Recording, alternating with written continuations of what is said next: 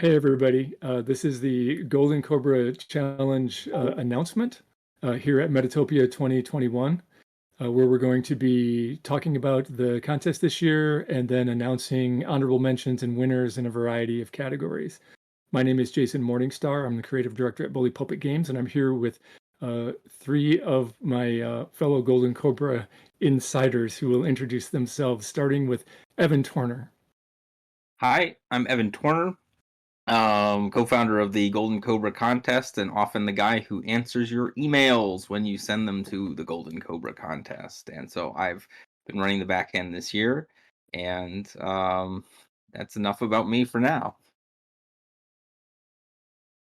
How about Sara? Yeah, so my name is Sara Williamson. I've been involved with the Golden Cobra contest in various ways over the years, starting in 2014 as a participant, then organized the mentoring program for a while, and now help judge all the wonderful games that we get. What's good? I'm James Mendez Hodes. This is my second year on the Golden Cobra committee. I submitted a game once. I think it was like 3 years ago. And is that it? Is that everything? Should I like Sure, say my jobs? if you want to. Okay, I do game design sometimes and writing and cultural consulting. I guess a lot of cultural consulting. I like making up categories for Golden Cobra. I guess I do that a lot. Yeah, one of them this year is got your stink all over it, for Yes, sure. True. Hey, exactly. so do before we go through the sort of the reason we're here, which is to announce winners and runners up, do you want to talk a little bit about the contest itself and how it was structured, or do the slides cover that? Do you think, Evan? I think we can use the slides as talking points, but I wanted to mention that this year we had several considerations that structured the contest. One was that we knew the pandemic would still be going on, so we wanted the minimal, um, you know, sort of pandemic level games to be submitted. We did not want those that required lots of strange people unmasked in social situations, which is how we all were in the early days of LARP. So right now we reconfigured the contest the past several years to make it more digital, more remote, or at least playable remotely. And what that meant was that we no longer wanted to restrict the contest to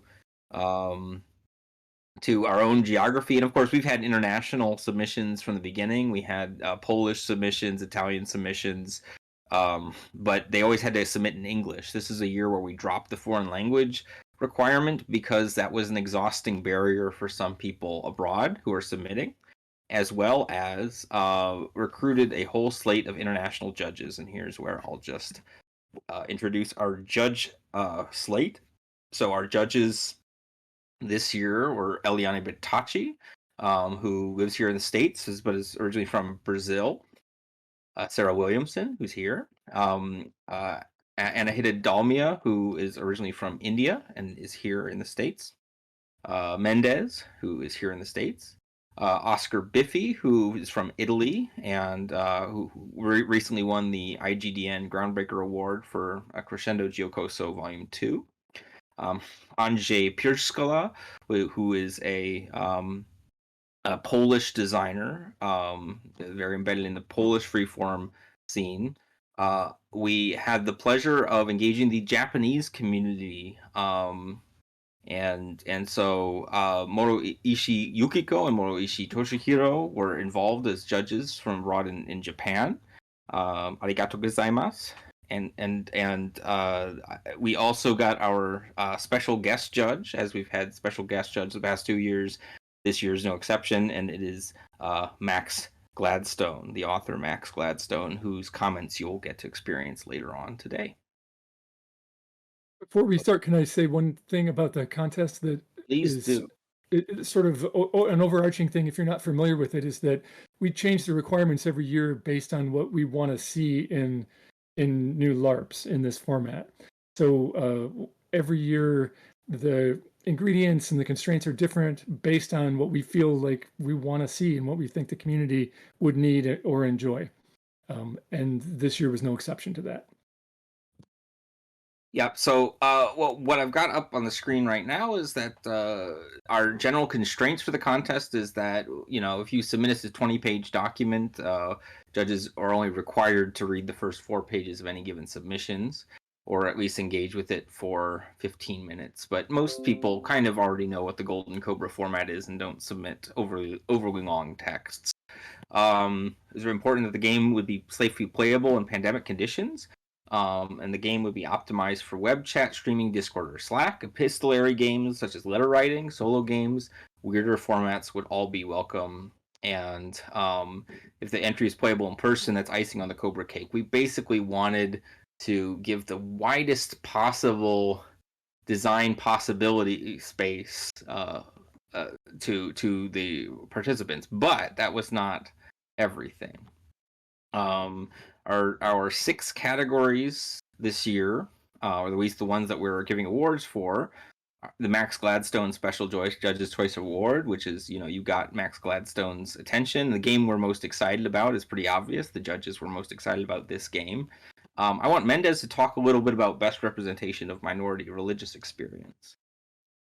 Oh yeah, that was my idea. I made up that category because I'm interested in minority religious experience. I don't know a more exciting way to say that.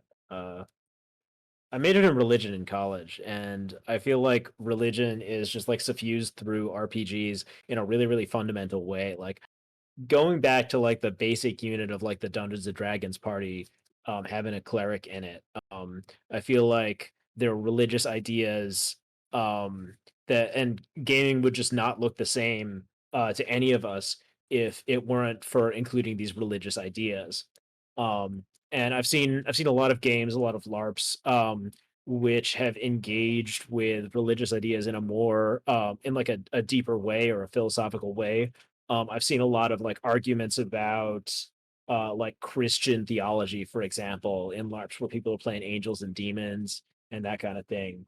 Um, and then I've also seen minority religious experience included in LARPs and tabletop role playing games, but I feel like because of the historical like the kinds of demographics who are historically involved in tabletop role playing games and then also in LARPs, I feel like it's harder to find treatments of what it's like to practice voodoo or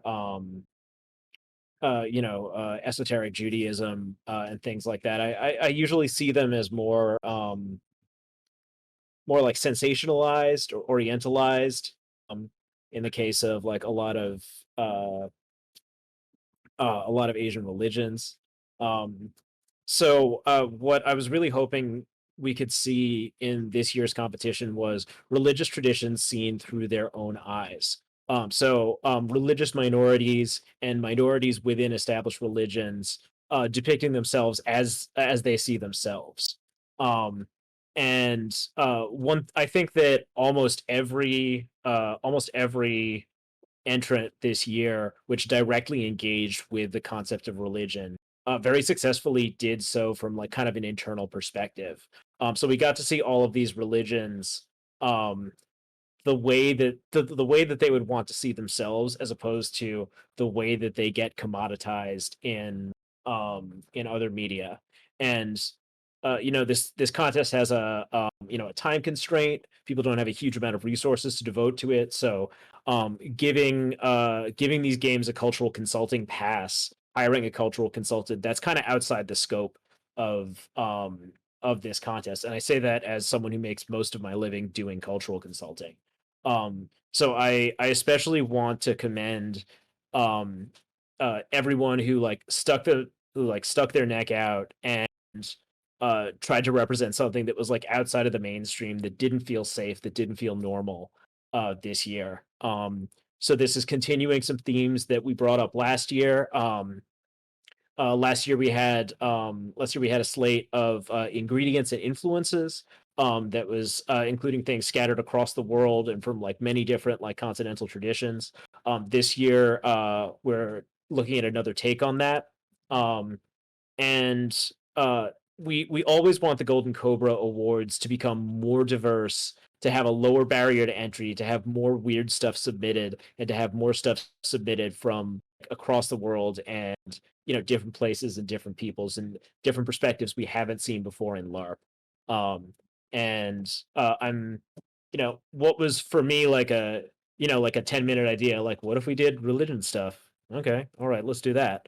Um, Ended up creating like a whole bunch of things that were like really, I think, beautiful and moving. And so I'm really grateful to everybody who took my like 10-minute idea and made it into something like risky and special and rare. Excellent. And best committee LARP was actually a Is idea. that my idea too? That was Jason Morningstar's idea, That was and Jason. yeah, Jason actually wrote a whole exegesis of basically how to design a LARP. So if you want to talk a little bit about that category. Yeah, I was really excited about the idea of modularity. One of the things that is often a challenge is that when we get together in person or virtually, we have pretty rigid time constraints around that. And I had this vision of a bunch of games that we absolutely knew you could resolve in 2 hours. So you could stack them together like Legos on a schedule. So that was a piece of it, and the other piece of it was that I really think that the sort of committee LARP format is least common denominator. It's very, very straightforward. And my hope was that it would be very welcoming to people who were like, well, this would be my first time trying to write a LARP.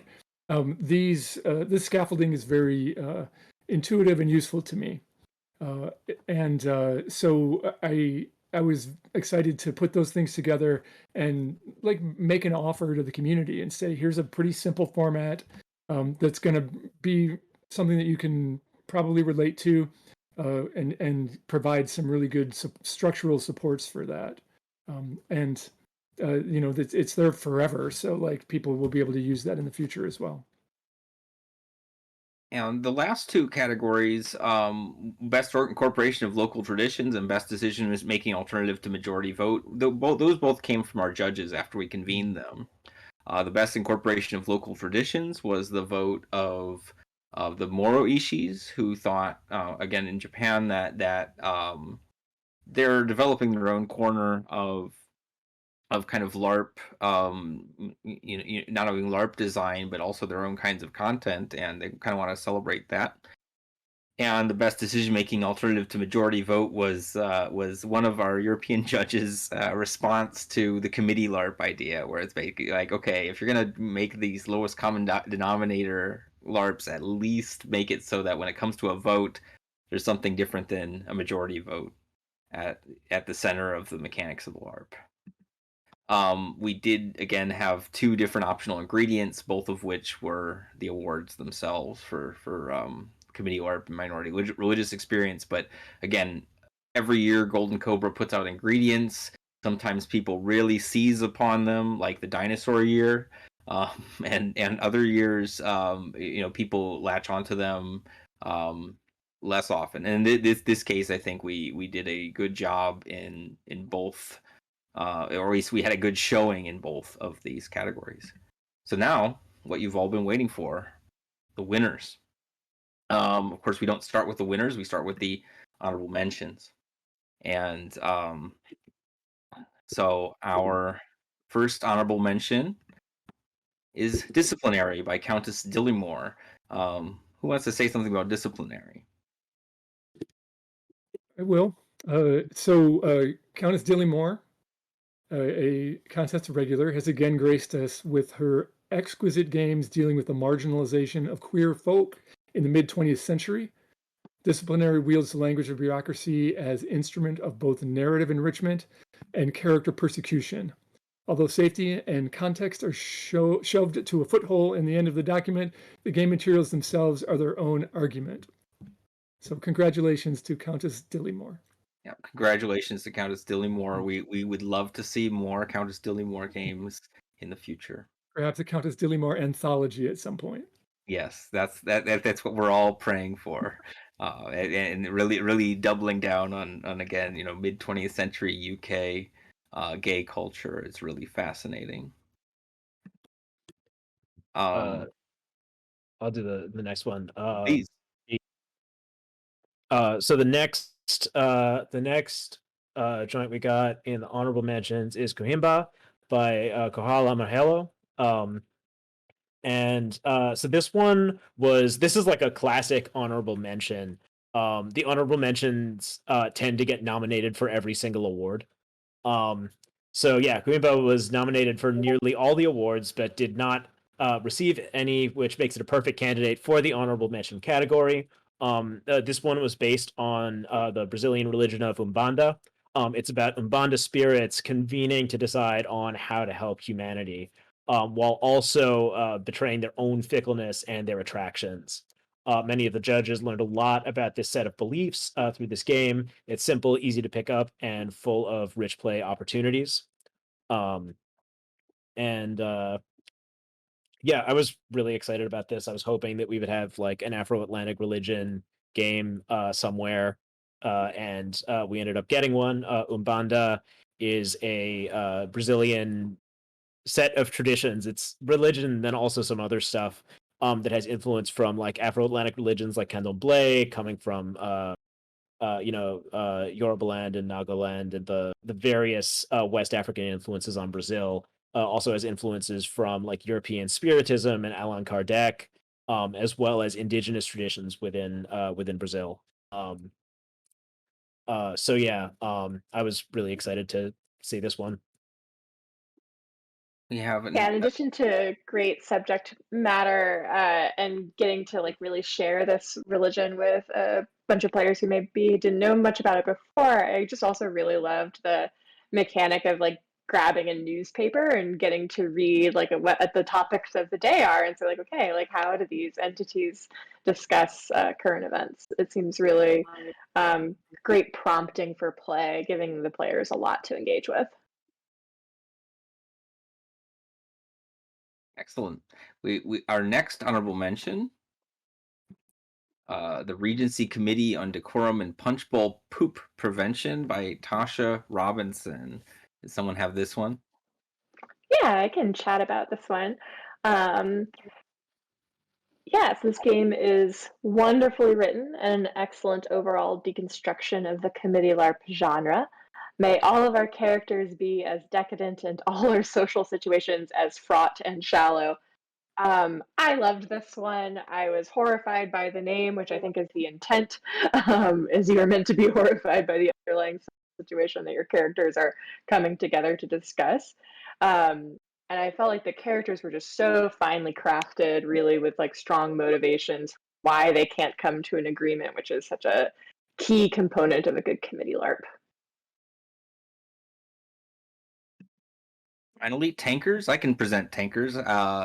Tankers by Sarah Cook is part of a whole subgenre of like new Discord spaceship LARPs, where you can set up different parts of your ship in different Discord channels, and it really this is both like a really good example of that from our time, and it's one that really won us over as a judge committee. Almost all of the judges mentioned it at some point, and part of it is the game, even though it is very very much settled in Discord and focused on a complicated sort of space space flight, space management. It's actually very sparsely designed and evocative, allowing the players to fill in a lot of the blanks, and generally leaves us wanting more. So I think Tankers is one to watch out for and one to try, especially if you like ship games. Okay, well, Max Gladstone isn't here to announce his special award, but his voice will be channeled by Sara Williamson. Yes, I'm very happy to read the text Max has prepared for us. All right, so Max's honorable mention is Melt Me by Naohisa Iwata and Ben Bisogno. So what Max has shared with us is, I can't not talk about Melt Me. The core mechanic has a diamond beauty. It's a game that I wrote dares you to play it here first, but that's not the thing at all, is it? It doesn't dare. It invites, encourages, creates space, conducts or ushers. And I love the unspoken tension that comes from conceiving it as a project for online play, that wetness and stickiness right next to your computer or your phone, which has been, at least for the last 16 months, been one of your few points of contact with the outside world, for better or for worse. The seed crystal around which so many anxieties and desires locked into shape. There's something so wet and powerful about having your tongue right there, about the focus on eating, on digesting, in such a touch-starved and almost hopeless space. There's real magic in this design. And if that seems like a mysterious description, I really just encourage you to read and maybe play Melt Me. Read this game, play this game. Yes. It is all that read, and more. At least read it, yeah. Yeah. All right, and then on to the award. The Max Glad. Yeah, who's got this one? I can't top Sarah's Max Gladstone voice. Yeah. I'll true. I'll keep it rolling. Keep it rolling, Sarah. All right. So what Max wrote on Crypt Kickers by Captain Jim Blood, he said, "Look, I'm not too proud to admit it. I'm one of those dudes who every year on Halloween watches Nightmare Before Christmas and as much as the Addams Family as he can stream and plays Monster Mash really loud. Because what do you want from me? It's a graveyard smash." But while this game could have been the bait on one of those Looney Tunes box and stick traps designed to catch me specifically, I also think it's just great. The roles are clear, the rules straightforward, the conflict real enough to generate honest friction, but the stakes light enough to permit hijinks and hilarity without a great deal of bleed. These days, I'm hungry for ways to hang out with friends who can't be physically co-located for any number of reasons. And Crypt Kickers I could toss at friends who have never tried LARP or freeform gaming before and know we'd have a good and memorable time. That's a beautiful thing. Also, it would work perfectly online without a great deal of prep. As a parent, an important consideration. So congratulations, Captain Jim Blood. Congrats, and we're now on to the other winners that are not the Max Gladstone winners. The next category is the game we're most excited about. Who wants to read that one? I got it. Oh, you All got right. it? Go ahead. Go ahead. Yeah, sure. So, game we're most excited about: Personal Testimony of the Last Kings of Heaven, by Jay Walton. So one of the most detailed, powerful, and thoughtful games we've read in a long time. The personal testimony of the Last Kings of Heaven maps the real testimony of the leaders of the 1860s Taiping Rebellion in China onto player decision trees. How does one save one's family? How does history intervene? Brilliant, efficient, historically interesting, and ready to play. So yeah, there's so much to be excited about with this one.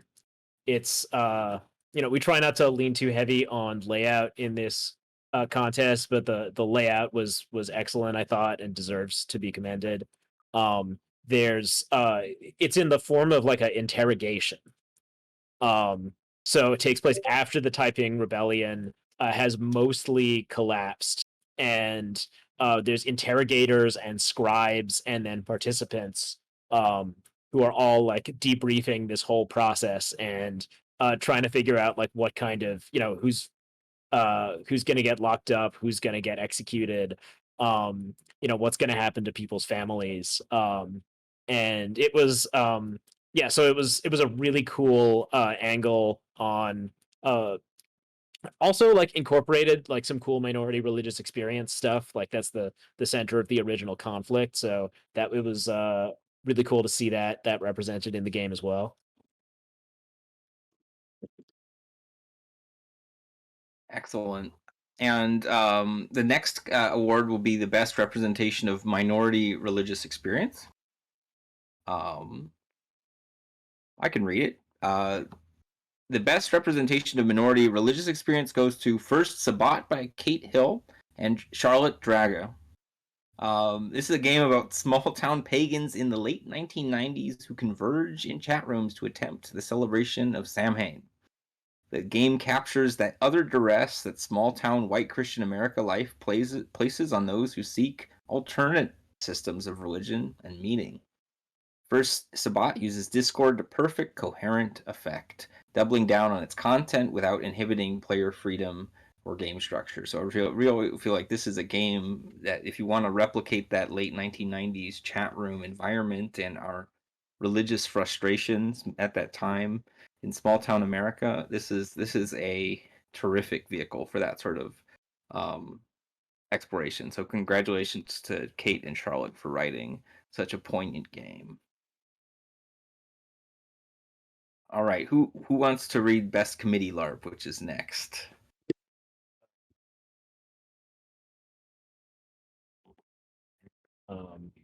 All right, Mendez, best committee. Yeah, you seem to have the best grasp on Portuguese. So It's in Portuguese. Yeah, all right. So I'm all. if you read the Portuguese, Jason can read the commending. Okay. sounds Yeah, good. all right. Okay, Sobre a arte de bem governar terras e povos by Rafael Carneiro Vasquez. The long arm of colonialism extends over centuries to the present in the Brazilian LARP Sobre a arte de bem governar terras e povos. Shows how small decisions made among an elite committee can ripple outward and cause lasting political and religious animosity, both in the core as well as the periphery. We appreciated the rhetorical power of this LARP as well as different scenes demanding different committee rules. Yeah, so it's like different.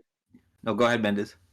I was just gonna say, like, in a world where you look at a board game shelf and it feels like a third, a quarter of them are all about colonialism. For both good and bad reasons. It was really cool to see a LARP which was about like breaking down like the effects of colonialism in like a really efficient way of communicating like the consequences of people's actions and like that conflux of like power and consequences.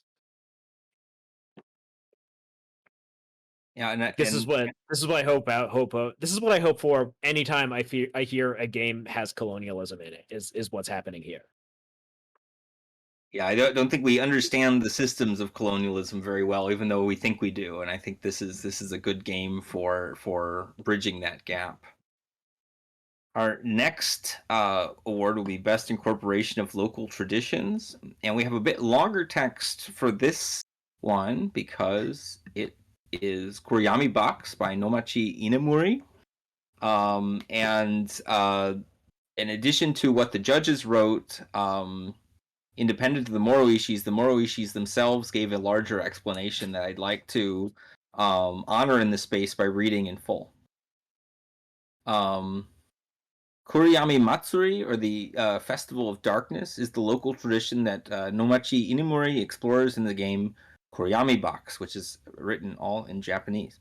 While it is a solo journaling game, it directly addresses pandemic conditions and allows players to integrate Shinto prayers into rejuvenating play. And here's what the Moroishis themselves specifically wrote. They said, Kuriyami Matsuri is a traditional Japanese festival held in Fuchu City, Tokyo. In particular, it has a strong taste as a Shinto ritual and the practice of not being allowed to see precious things, which is a characteristic that is unique to Japan and has a high degree of regionality. It is called the Dark Festival because it is not allowed. We're not allowed to see how the sacred spirit moves from the shrine to the portable shrine and then departs, and so it's performed in the dark. In the Kuriyami Box, the spirit of the self on another world line axis is healed while the person who's become the box takes a walk without being seen by people at night. They depart the spiritual body to the next world. Because I am doing that at the Kuriyami Festival, I can say that I am made when it comes to incorporating the traditional sort of culture of the region. Also, since the Kuriyami Festival is a festival of shrines, it's one of the religious events that as part of Shinto, the religion. Norito is like a spell used in Shinto. Also, chanting the congratulatory words with the sounds of 3, 5, and 7 is an excellent way to incorporate traditional things into a game. In Japan, we celebrate when we are 3 years old. both women and men, 5 years old, men specifically, and 7 years, or boys, and 7 years old, girls, because these numbers are considered auspicious numbers. In addition, the Shimenawa, displayed in shrines and the like, is written as 753 ropes. In any case, the game actively incorporates numbers that symbolize traditional culture for Japan. So they really wrote up a big text to show that this is a game, a solo journaling game in Japanese that specifically addresses the Shinto religion in multiple ways. So congratulations to Nomachi Inemuri for Kuriyami Box. And last but not least, we have the what we call the best decision-making technique alternative to majority vote. Who would like to read that one aloud? Can I throw in one comment on Kuriyami Box? You can throw in 2 comments on Kuriyami Box if you'd like. No, only one. So, Okay. Don't speak prayers out loud is something that I often tell people in the context of cultural consulting. So, seeing a game where you get to break that rule in like a productive and positive way, like that's what I love to see. Like anytime, there's some like stricture in my life and someone like kind of proves me wrong about that in a specific context, I love seeing that. Excellent. Mendez, you want to read the last one? Yeah. So we got best decision-making technique alternative to majority vote, the Hench Union LARP by Sam Dunwald. There can never be too many games about unionizing, especially this past couple of months. In the Hench Union LARP, voting is asymmetrical and never really fair. But that's also not the point. Watching fun and interesting characters take on management, in this case, their supervillain boss, is the point. Yeah. This one was really fun. It gets a lot out of like very short, dense character sheets. That's something we've seen in like a couple of different LARPs that have been on our slate this year. Disciplinary by Count Distillimore also has like extremely terse character descriptions. The descriptions of the Orishas in Kumba are also like very, very terse. And that's some people are into that, some people aren't, but I think it works great for the Golden Cobra format. Yeah, I agree totally. This is a sort of lesson how you can do that kind of complicated character work in the Golden Cobra design space. All right. And then I guess at this point, you have to ask yourself the question, where can I find these amazing games? And you can go right to goldencobra.org right now. You can download all 36 of them. You can play the ones that you'd like. Some of them are not in English, and we think that is a good thing. Not even right, so that they're international audiences, but that you can, of course, download and play the ones that you like. Google Translate has come a long way. We've discovered. That's true. It really has. Although we had a lot of judges who were able to read the games, in the language that they were originally written. A lot of our judges, like myself, a monolingual person, read them through Google Translate, and I found like, oh yeah, I could totally run these games using this tool. So the world is really opening it up in a wonderful way, and I would encourage everybody to take the time to copy and paste it into Google Translate if you're interested in the game. Yeah. And also we gotta say this every year, but like do look at and play the games that didn't get awards also.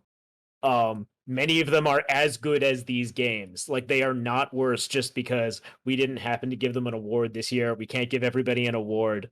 But that does not mean that those games won't be good. And many of them, I'm sure you will disagree with us and you'll be like, oh no, I think that this game totally should have gotten like this award instead. Like please have that experience. Yeah, I think as we internationalize, when we have to speak across different cultures and languages, that we then are going to need to accommodate for the fact that the judges absolutely have expertise in freeform LARP, and also you're going to have to judge it for yourself, any given game, if it's going to be right for your scene. But just like with the experimentation that's necessary to write a Golden Cobra game, we hope you go out of your own shell and try something new. I wasn't the judge this year, and I sort of had odds in my head based on the games that I thought were going to do very well, and was in some cases validated, in some cases surprised, because there are some really beautiful, well-designed games that just weren't recognized this year, and that's sort of the way it goes. But you're absolutely right, Mendez. It was a very high quality year, a lot of really good games. Yep. And don't forget that, when it gets to be about late August, early September, look for the next Golden Cobra announcement, and we'll be happy to again help facilitate your writing games for the contest. And anyone who writes a game for the contest can, basically once we post it on the website, they can put it also up on their itch page. They can do whatever they want with it. They have all their rights. So this is designed again for you to generate new ideas and not to lock things away in perpetuity behind some sort of intellectual property. It's your intellectual property if you write for this contest, and you can do with it what you want. So, please write for us. I wonder if we have any questions in the Twitch chat. Yeah, that is a good question.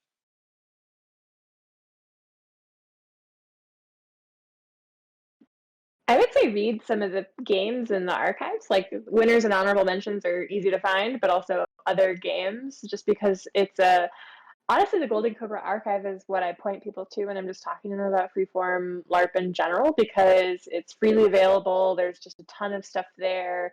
You can really get a feel for like the whole spectrum, and I think it's a great resource for folks who are interested in writing their first LARP, or experienced LARP writes who want to get a feel for what the contest typically dials in on. Like we have a lot of although we change it up every year, in general, we still mostly want things, I think, that are low prep, easy to pick up and run at a convention where, in times when we are available to meet in person, we usually run these games at Metatopia, and it's really easy to just get a bunch of people in a room, quickly divide them into into other rooms to play games. And that's really something that I think shines through year over year. I'd also say like write stuff that sounds to you like it's going to be a fun writing process. Like when you're having ideas and you're turning them over, obviously there's lots of weird stuff in Golden Cobra games. And a lot of the past winners and present winners are like really weird and specific. But like no one's no one's getting paid for this, so please write something that you'll look forward to working on and telling people about and revising. Something that like write something that'll make you feel good about it, even if you don't win anything. Yeah, I think it's important to note that like trying to win this is really a sucker bet. I don't think there's a formula that you can follow that's going to make judges sit up and notice. It's all about doing something that is meaningful to you, and that's going to be communicated through your work to the judges anyway. And in the end, you'll be happy to have done it. So I totally agree. Surprise and delight is always something that makes a game really resonate with the judges, stick in their heart when we're like having the conversation of debating who we give the limited awards to. So even though I also said like go look at the archive and see what's been written in the past, like also if you come up with something totally new that none of us have ever seen anything like it before, like everyone will definitely pay attention. Did we get any questions? Sounds like we didn't.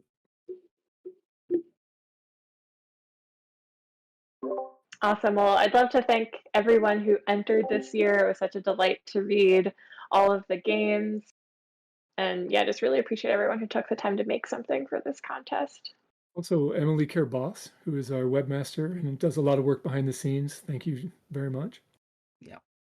A special shout out to Emily, who, every time anyone says, "Oh, we need to revise something on the website," it's me sending an email to Emily, and she graciously always does the revisions. And we're a pretty old school contest at this point, with our very old fashioned website, and Emily is actually helping us coordinate to a more coherent and searchable database of games within You the said future. too much. You That said is too much. it's just going to be amazing, especially when we say the words, "Oh, go look at the other Golden Cobra games." It's not like don't go clicking through all the different years in this forest of stuff. We might actually have a searchable database. Pretty cool. Thank you for joining us. And congratulations to all the winners. Yeah. We should say where people can find us. Why don't you start, Evan? I'm a professor of German as well as film media studies at University of Cincinnati, but you can find a journal I co-edit called Analog Game Studies at analoggamestudies.org. You can find me on Twitter at Guy in Black Hat, or you can, of course, find our contest, goldencobra.org. I'm Jason Morningstar. I am the creative director at Bully Pulpit Games, which is at bullypulpitgames.com. You can find me on Twitter at jmstar. And on to you, Sarah. Yeah, I have a itch.io page and also a Twitter handle, although my Twitter is private, so may not add you. But the handle for both is I am the only Sarah. Patently false. And you can find me at jamesmendezhodes.com on the internet, where I write essays about orcs mostly. And if you think my orc articles are racist, you can tell me I'm racist at Twitter, a popular place to do so, at Lula Vampiro. And I got a expansion coming out for Jason's game Fiasco soon about small town martial artists being mediocre at each other. So you can get that December. on his site. That's December. right. Soon. Yes. Oh yeah. The answer is yes. It was dropped as a category.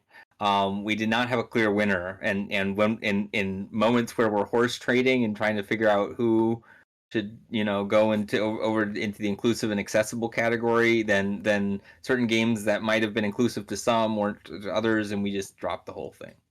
There wasn't a standout candidate that we thought this absolutely gets the award, and so the award was dropped. Yeah, I will say that part of this was that there were a lot of games that were quite inclusive and accessible, and so it felt hard to identify one that was the most. So that's a good problem to have. Thanks for the question.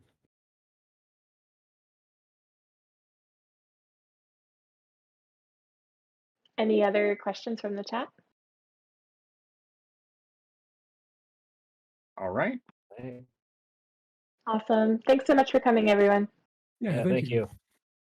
Peace.